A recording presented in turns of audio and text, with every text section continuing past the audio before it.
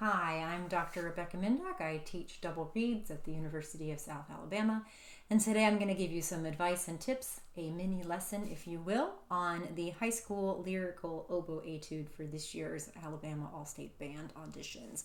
So we have number 11 from the Fairling book this year, at least the first half plus of it. Probably the trickiest thing about this one is the counting, and in particular, it's this stuff on the third line. Yeah. So first of all, you've been given a tempo that's based on the eighth note, which is good. In this particular spot, it might even help you to put the 16th note subdivision on in your metronome, because the easiest way to feel all of this stuff is to think about the 16th note that goes in here. So you'd have two 16th notes for the first eighth note. Each of these 30 seconds in the first set, you'd have two of them per beat, dia, dia. And then the triplets, the sextuplet, you can divide into two sets of triplets. And each of those gets a 16th note. So if you're dee da da da dee da da da da dee da, like that. Does it make sense? You can hear it in the recording, but I just know from my own experience with this etude and working on it with students that no matter how many times you play it, it always feels like a question mark when you play it. It's just all of a sudden so frantic compared to everything else around it, and it can be just disorienting. So it's helpful to go slow, take what I just did and do like a slow 16th note click, dee dee dee da da da da dee, and get used to that proportion. So if you step back at the beginning of the line, dee dee da ba dee da da da dee da da da da dee. That's a little easier to wrap your brain around, right? So do that. Play it with the 16th note click. Get used to how it all fits together. And then speed it up once you feel like you know it and you could sing it like I just did, okay? And watch your articulations in there. And don't let this grace note throw you off too much in terms of your time either. It's another little complication. It should be before the beat, so steal time from the note before it so that you still have an eighth note worth of that F before you tie it over into the 30 seconds.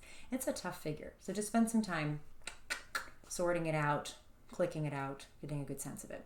The same can be true for all of this. You can do that very slow, methodical, beat-based practice in this etude, and it will serve you well. Because then once you know it and how it's supposed to work rhythmically, then you can make it lyrical and beautiful, right? But you want to make sure you have all the nuts and bolts underneath first before you try to take this and really interpret it the way you want to, okay?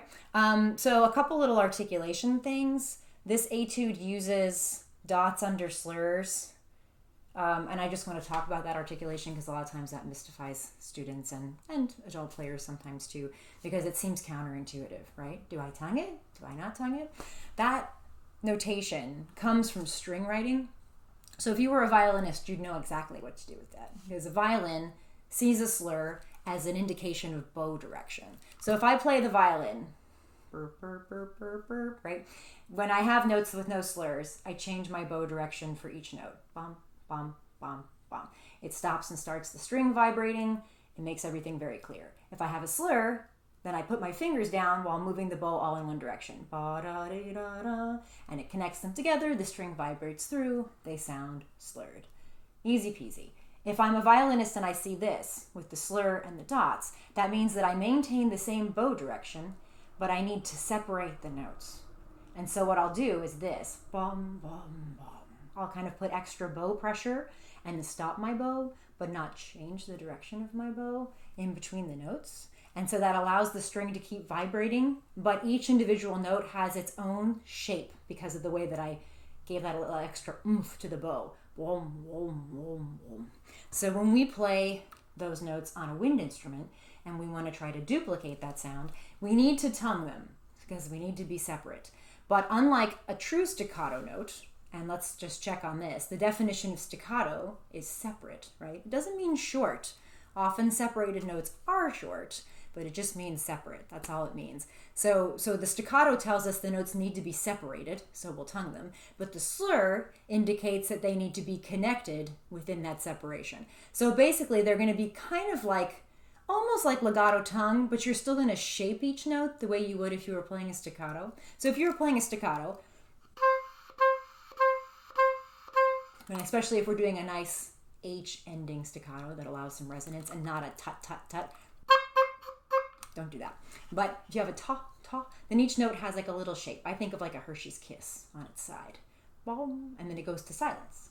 Here, they're going to go right into each other. Okay, so if we take this spot right here that starts on the high B flat.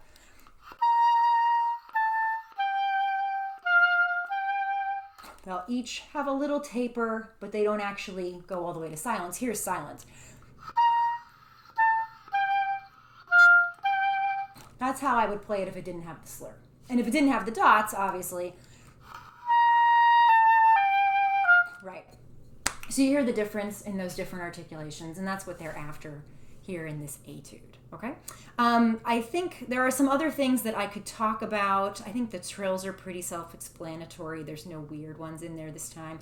Oh, I do want to talk about this. On the third line after that disgusting weird rhythmic figure, there's this word, stringendo. This is where you always want to make sure you know your foreign language words because they're telling you something. Stringendo means to get faster. So here, and you'll hear this in my recording, I speed these up. And then you get to the alt tempo, and you're almost done in this one, so you could probably relax the tempo a little bit and end with some finality. But you do want to push your way through those eighth notes as you crescendo, so you get excited in terms of your tempo too, not just your volume. Okay. I do want to briefly talk about vibrato, because in a lyrical, sophisticated etude, we should be using vibrato as oboe players. Vibrato is something I've spent a lot of time working on refining my teaching techniques for. So if you don't have vibrato yet, or if you don't feel like you're in control of your vibrato and you're frustrated by it with this etude, I strongly encourage you to send me an email, and I'd be happy to talk with you, or maybe have a mini lesson over Zoom or something to work on your vibrato, because it is something we all need to be able to do, and it's kind of mystifying and often hard for people to teach it. So a lot of times people will be like, use vibrato there, and then not tell you how. So if that's you, if you're like, I don't know how, help, send me an email. I will help. Okay? So you do want to be vigilant about your dynamics. There's some pretty big changes in here, throughout here, and you want to think about maintaining your intonation while you do it. Never practice this without a tuner in front of you, especially when you're going up to those high Ds. High Ds can often be sharp, and it's a crescendo with a forte, so it's a dangerous combination, friends. So keep an eye out for those guys. And otherwise, just try to be as lyrical and song-like as you possibly can. So send me an email if you have other questions or concerns or want to work on anything with me, or just ask some more advice. And until then, happy practicing and good luck.